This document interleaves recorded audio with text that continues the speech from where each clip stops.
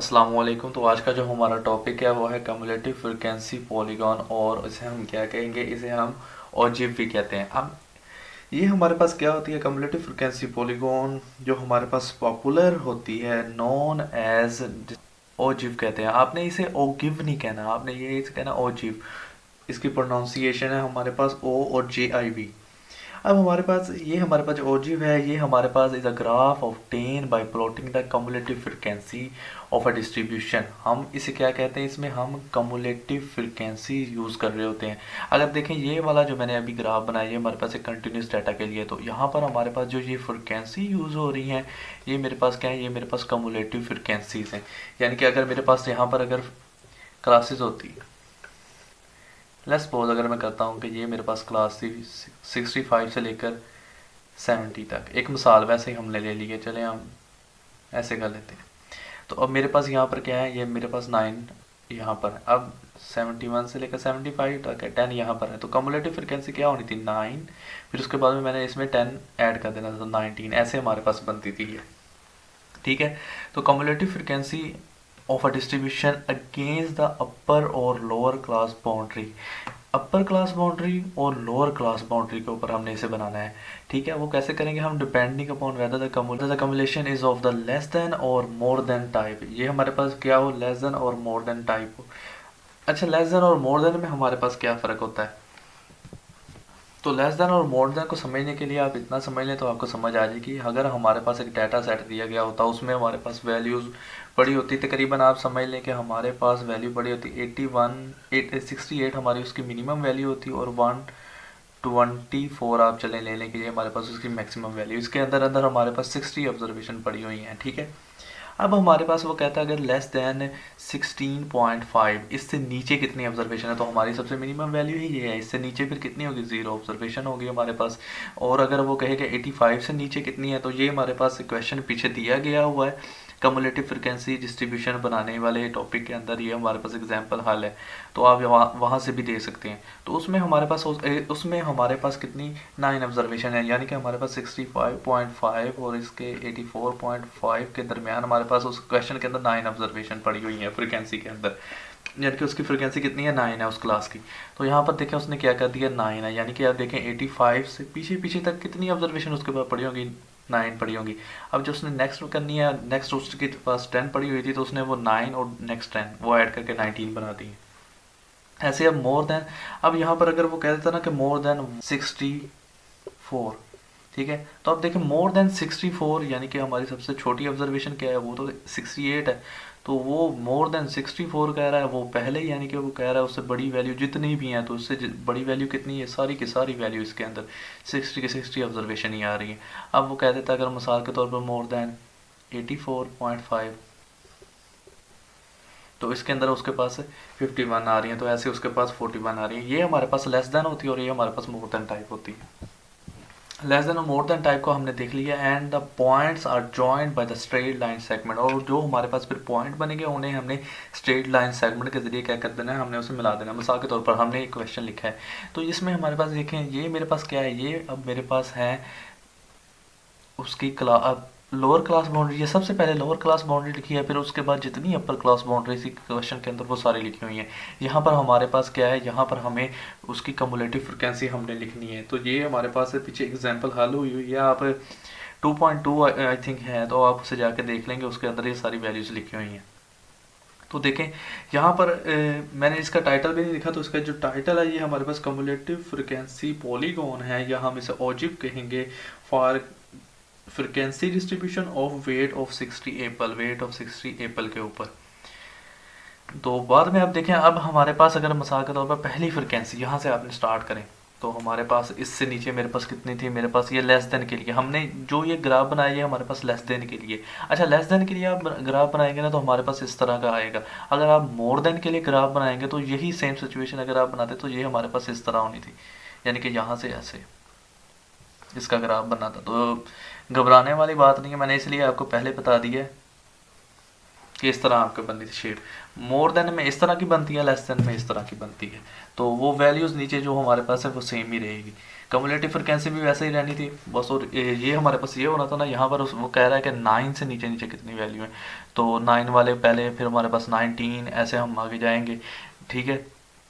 तो वहाँ पर उसने क्या कहना था, वहाँ पर उसकी पहली वैल्यू 60 होनी थी, तो वहाँ पर 60, फिर उससे नीचे 51, फिर ऐसे नीचे की तरफ उसने आना था।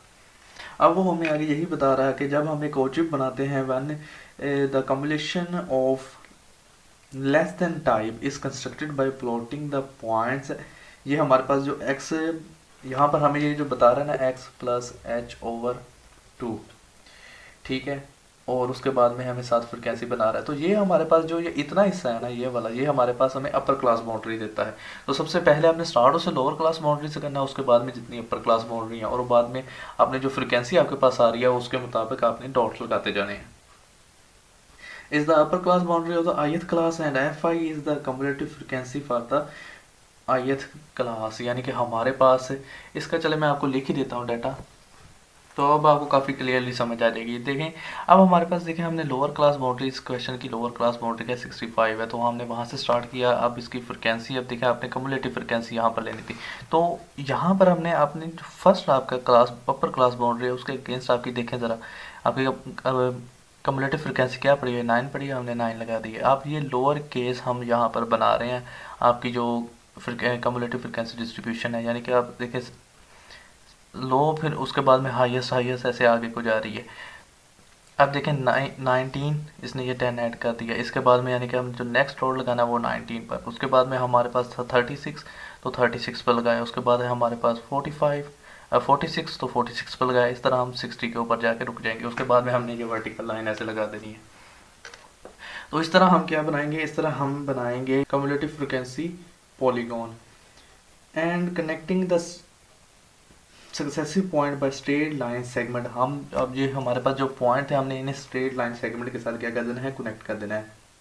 The polygon should start from the zero at the lower class boundary of the first interval. हमारे पास यहाँ पर देखें हमने इसे जो स्टार्ट किया lower class boundary of the first interval, उसे हमने जीरो लेकर स्टार्ट किया कि हमारे पास लोअर क्लास बाउंड्री की हमने क्या कहा है कि हमारे पास फ्रिक्वेंसी क्या है 0, उसके बाद में हमने अपर क्लास बाउंड्री की 9, फिर उसके बाद में जितनी आगे आ रही है अपर क्लास बाउंड्री उसके लिहाज से हमने लिख दी है।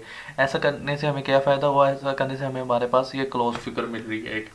अब हमारे पास जब पॉइंट होते हैं हमारे पास is plotted and joined and to have a polygon the last point is also joined with the last upper class boundary.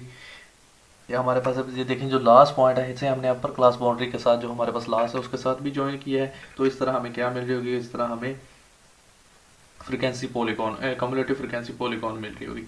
अब in case of unequal classes, अगर हमारे पास अनइक्वल क्लासेस होती तो फिर हमने क्या करना था, फिर हमें we mainly join the unequally spaced point, हमें अनइक्वली स्पेस पॉइंट को क्या करना होता था, ज्वाइन करना होता था। अब इसमें हमने एडजस्टेड फ्रिक्वेंसी पहले बनानी थी, हमारे पास एडजस्टेड फ्रिक्वेंसी बनानी पड़नी थी, उसके बाद में हमने जो एडजस्टेड फ्रिक्वेंसी हमारे पास निकल के आनी थी उनकी हमने कम्युलेटिव फ्रिक्वेंसी बनानी थी। यानी कि हमारे पास पहले देखें इसमें हमारे पास क्या है, इसमें हमारे पास अब देखें तो इंटरवल क्या आ रहा है 20 का, हर क्लास का इंटरवल 20 का, लेकिन हमारे पास अगर 20 का इंटरवल नहीं होता, यहाँ पर अगर 5 का होता, यहाँ पर 10 का, यहाँ पर 15 का, फिर 5 का आ रहा है, फिर 10 का आ रहा है, तो आपने उसे क्या करना है, एडजस्टेड फ्रिक्वेंसी पहले उसे करनी थी। आपने क्या करना था, आपने जो ओरिजिनल फ्रिक्वेंसी आपके पास ये 9 पड़ी हुई है उसे आपने डिवाइड कर देना था हमारे पास जो इंटरवल है उसके ऊपर, यानी कि 9 डिवाइडेड बाय 5, तो ये हमारे पास एडजस्टेड बन रहे थे। जो हमारे पास एडजस्टेड आनी थी उसके बाद फिर आपने क्या करना था, उनकी कम्युलेटिव लेनी थी, फिर आपने यही ड्रा कर देना था।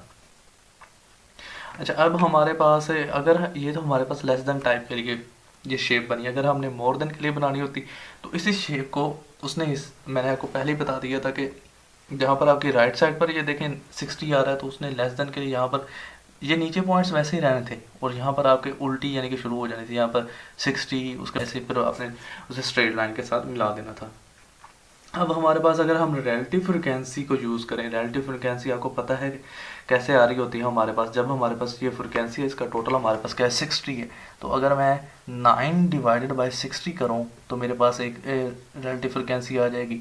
उसके बाद में ऐसे ही मैं क्या करता जाऊँ, मैं ऐसे ही 10 डिवाइडेड बाय 60 करूँ, 17 डिवाइडेड बाय 60 करूँ, तो इस तरह मेरे पास रिलेटिव फ्रिक्वेंसी आ जाएगी। तो इसका जो हमारे पास टोटल होता है रिलेटिव फ्रिक्वेंसी का, वो हमारे पास किसके इक्वल होता है, वो हमारे पास 1 के इक्वल होता है।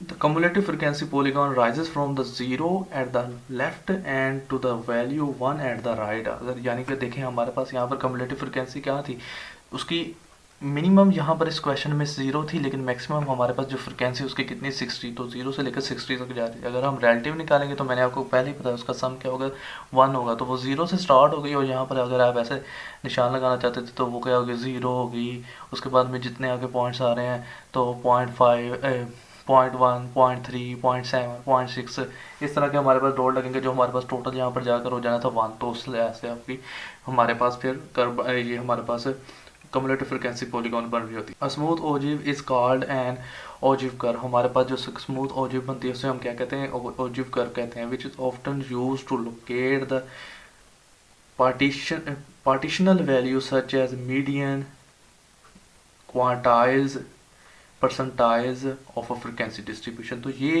एमसीक्यूज बहुत ज़्यादा आता है कि आपको हमारे पास जो ओगिव है उसे हम क्यों यूज़ करते हैं, किस किस्म के डाटा के लिए यूज़ करते हैं। तो उसे हम पार्टिशनल वैल्यू को फाइंड लोकेट करने के लिए, जिससे हमारे पास मीडियन के लिए, फिर उसके बाद में हमारे पास क्वार्टाइल्स, परसेंटाइल्स, इन चीज़ों के लिए हम यूज़ करते हैं। अगर एक परसेंटेज कम्युलेटिव फ्रिक्वेंसी पॉलीगॉन और कर्व बनाएं तो इसी तरह हम क्या कर सकते थे, इसी तरह हम एक परसेंटेज कम्युलेटिव फ्रिक्वेंसी डिस्ट्रीब्यूशन भी बना सकते थे, फ्रिक्वेंसी पॉलीगॉन भी बना सकते थे। वो हमारे पास क्या होता, may also be drawn by expressing the cumulative frequency as percentage. Cumulative frequency को हम परसेंटेज के अंदर ज़ाहिर करते।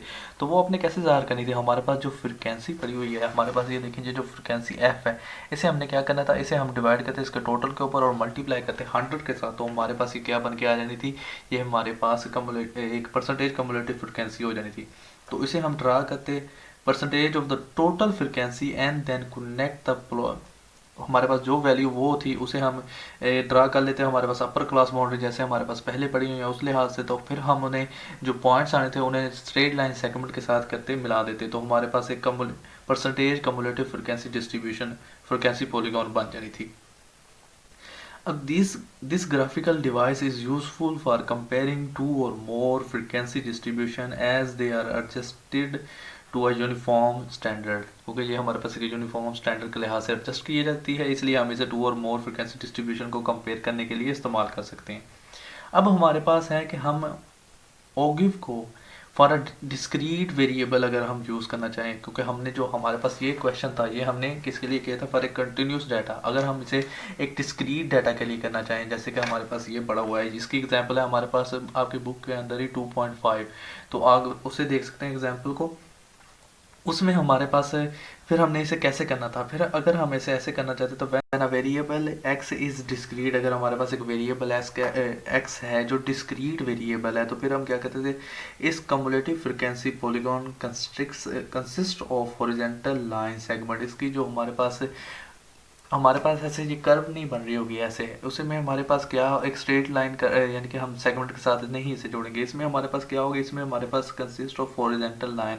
इसकी जो लाइंस है हमारे पास वो हॉरिजॉन्टल होंगी, जैसे देखें ये स्टेप्स नहीं है, ऐसे हॉरिजॉन्टल हो गए। Between any two successive values, यानी कि दो सक्सेसिव वैल्यूज़ के दरमियान हमारे पास ये हॉरिजॉन्टल लाइन होगी। अब हमारे पास क्या होगा, and has a jump of height F I at each value of X I, यानी कि हमारे पास जो फ्रिक्वेंसी एफ आई है उसके और हमारे पास एक जंप होगा, जंप ऑफ हाइट होगी जो हमारे पास। अब देखें इसके बताने के लिए अगर मैं बताऊं तो ये हमारे पास क्या है, ये हमारे पास x की वैल्यू लिखी हुई है, ये मेरे पास फ्रिक्वेंसी की वैल्यू लिखी हुई है, डाटा हमारे पास मौजूद है एग्जांपल 2.5 के अंदर। तो देखें अगर उसकी आप पहली वैल्यू देखें तो वो होगी 3, ठीक है। तो अब जो नेक्स्ट वैल्यू है वो उसकी वैल्यू क्या है, अब उसकी वैल्यू होगी हमारे पास अगर है तो वो ये वाली वैल्यू है। तो वैल्यू क्या है, ये 4, और उसके बाद में हमारे पास 6 है। तो ये क्या है, 3 एंड 4 7, 7 एंड 6, फिर वो हमारे पास 13 है ये वैल्यू। तो अब देखें अभी उसने हमें क्या बताया था कि इसके हमारे पास क्या है, जंप ऑफ हाइट होती है एफ और एक्स के दरमियान। अब ये देखें इसमें हमारे पास क्या है, अब ये हमारे पास ये देखें स्ट्रेट लाइन हॉरिजॉन्टल लाइन हमारे पास आ रही है, ठीक है, और ये हमारे पास क्या है, जंप आ रहा है। तो इस तरह ये हमारे पास है। इन अदर वर्ड्स अगर हम इसे कहना चाहें तो कम्युलेटिव डिस्ट्रीब्यूशन हमारे पास जो बनती है इंक्रीज ओनली इन जंप्स। ये देखें अब हमारे पास क्या है, ये जंप्स के साथ हमारे पास क्या कर रही है, इंक्रीज हो रही है, and it's constant between the jumps. और जो हमारे पास ये जंप्स ले रही है यहाँ पर और यहाँ पर, ये इसने एक जंप्स लिया, फिर एक जंप लिया, फिर एक जंप लिया, लेकिन इस जंप के दौरान यहाँ पर इतनी हिस्से में ये हमारे पास क्या रह रही है, ये हमारे पास कांस्टेंट रह रही होगी। तो फॉर द पर्पस ऑफ, तो हमारे पास यहाँ पर ये हमारे पास क्या है, ये हमारे पास नंबर ऑफ असिस्टेंट है एक्स, और यहाँ पर हमारे पास कम्युलेटिव फ्रिक्वेंसी है। तो this graph shows the cumulative frequency polygon is stepped. हमारे पास जो कम्युलेटिव फ्रिक्वेंसी पॉलीगॉन होती है वह डिस्क्रीट डाटा, ये हमारे पास क्या होती है, इन इज स्टेप्ड होती है। तो हमारे पास such a function is called step function. तो इस तरह फिर हमारे पास जो फंक्शन आ रहा होगा उसे हम क्या कहेंगे, उसे हम स्टेप फंक्शन कहेंगे।